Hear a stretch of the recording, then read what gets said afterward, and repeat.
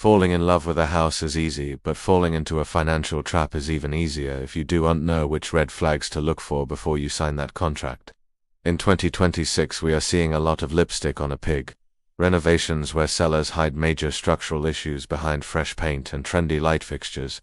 So your first job is to look past the staging. You need to check the age of the big-ticket items like the HVAC system and the roof, because if those are nearing the end of their life, you could be looking at a $30,000 bill just months after moving in. Watch out for houses that have been on and off the market repeatedly without a clear reason, and always investigate strange smells or fresh patches of paint on the basement walls, which often hide water damage or mold. My goal is to make sure you are buying an asset and not a liability, so never skip a professional inspection and always ask for the clue report to see the home's insurance claim history.